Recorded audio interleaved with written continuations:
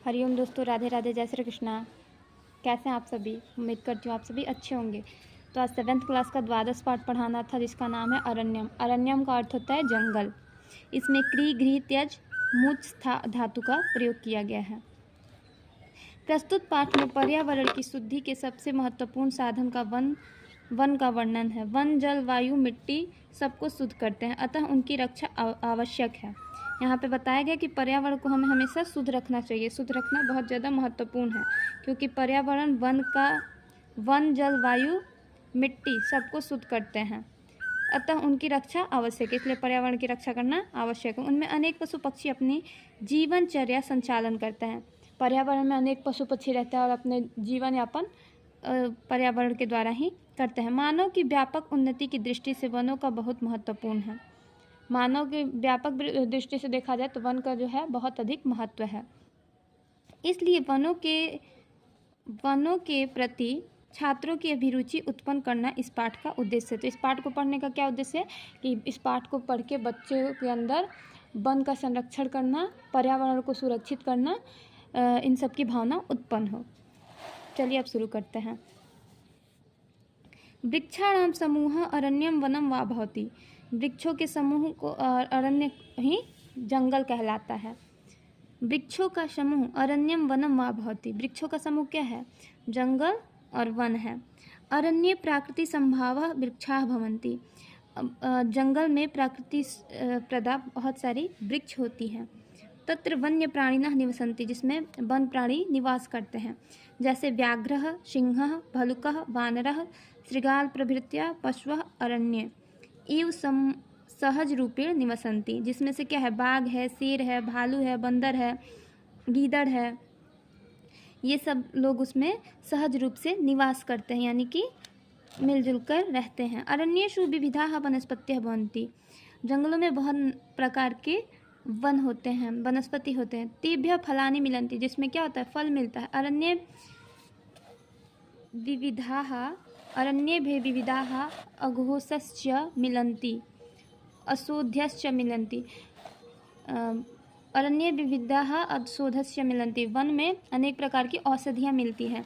वनेभ्यः प्राप्तेभ्यः विविधेभ्यः कोष्ठियो जनाः उपासकाराणां निर्माणं कुर्वन्ति।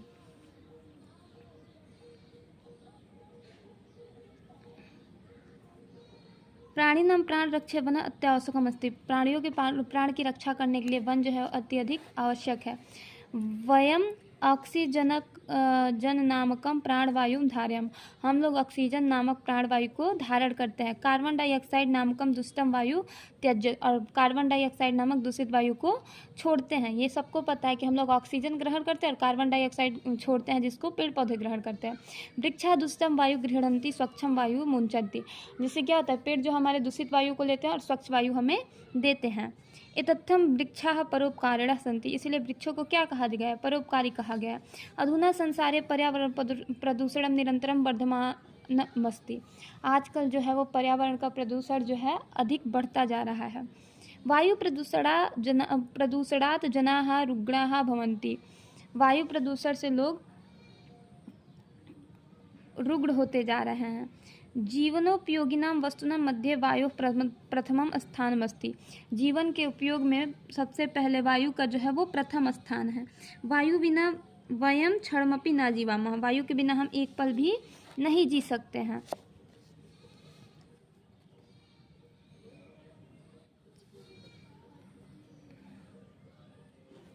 वायु प्रदूषण नाशितुम अरण्यम आवश्यकम। वायु प्रदूषण का नाश करने में वायु प्रदूषण नाशितुम अरण्यम आवश्यकम। वायु प्रदूषण का नाश करने में अरण्य जो है वो आवश्यक है। वृक्षा संसारे सततम वर्धमान उष्णताम वायु प्रदूषणम नाशयन्तु अरण्यम उष्णताम वारितुम क्षमाः। अरण्यम वर्षतः मेघना आकर्षति अनेन भूरक्षणं न्यूनं भवति। वायु क्या क्या करता है, वृक्ष संसार में हर जगह बढ़ते जा रहे, इससे क्या होता है, उष्ण वारितम क्षमा, जिससे गर्मी कम होती है। अरण्य वर्तमान मेघात आकर्षित, और मेघ को ये आकर्षित करता है। अनेन भूक्षरणम न्यूनम भवन्ति, जिससे भूक्षरण जो है वो कम होता है। वन्य जीव संरक्षिता तिष्ठन्ति, वन्य जीव है वो सुरक्षित रहते हैं। इदानीं जनाः तत्कालीभ्यां वृक्षाणां छेदनं कुर्वन्ति, आज के लोग तत्काल अपने सुख के लिए वृक्षों को काट देते हैं। निरंतरम वृक्षाणाम कर्तनेन संसारस्य महती हानि सज्जता, और निरंतर वृक्षों की कटाई से संसार में जो है वो बहुत बड़ी हानि देखने को मिल सकती है। इयमेव स्थिति स्यात् तर्हि सर्वजीवनं प्रदूषणेन कठिनं भविष्यति, इसलिए ये स्थिति बनी सब जगह जीवन के प्रदूषण की कठिनाई में जा रही है। अतः वृक्षाणाम संरक्षणम सर्वधनम च कर्तव्यम, इसलिए वृक्ष का संरक्षण करना हम सभी का कर्तव्य होता है। यहाँ पे बताया गया कि पेड़ पौधों की निरंतर कटाई से जो है वो प्रदूषण बढ़ते जा रहा है, और आने वाले समय में प्रदूषण जो है बहुत अधिक बढ़ने के हमें कठिनाई का सामना करना पड़ सकता है। इसीलिए हम सभी का कर्तव्य है कि हम वृक्षों का देखभाल करें, पर्यावरण की देखभाल करें। अब आगे यहाँ पे शब्दार्थ, आप लोग खुद से शब्दार्थ पढ़िएगा। क्वेश्चन आंसर पे आते हैं, ज़्यादा क्वेश्चन आंसर दिया है, चलिए देखते हैं। मौखिक क्वेश्चन खुद से कर लीजिएगा, लिखित क्वेश्चन पे आते हैं। दा जुड़ कत्वा दत्वा होगा, दृष्टवा दृष्ट जुड़ कत्वा दृष्टवा, पी जुड़ कत्वा पत्वा, गम जुड़ कत्वा गत्वा, पठ जुड़ कत्वा पठित्वा, हो गया। अधुलिखितानां प्रश्नानां उत्तरं पूर्णवाक्येन लिखत। वृक्षाणां समूहः किं भवति, वृक्षों का समूह क्या है, पर्यावरण है। वृक्षाणां समूहः अरण्ये भवति, अरण्ये कीदृशाः वृक्षाः भवन्ति, अरण्ये कीदृशाः वृक्षाः भवन्ति। तो अरण्ये प्राकृते सम्भवाः वृक्षाः भवन्ति।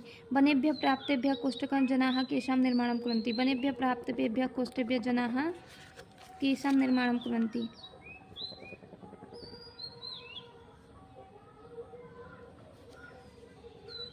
वनेभ्यः प्राप्तेभ्यः विविधेभ्यः कोष्ठेभ्यः जनाः उपस्कारणानां निर्माणं कुर्वन्ति।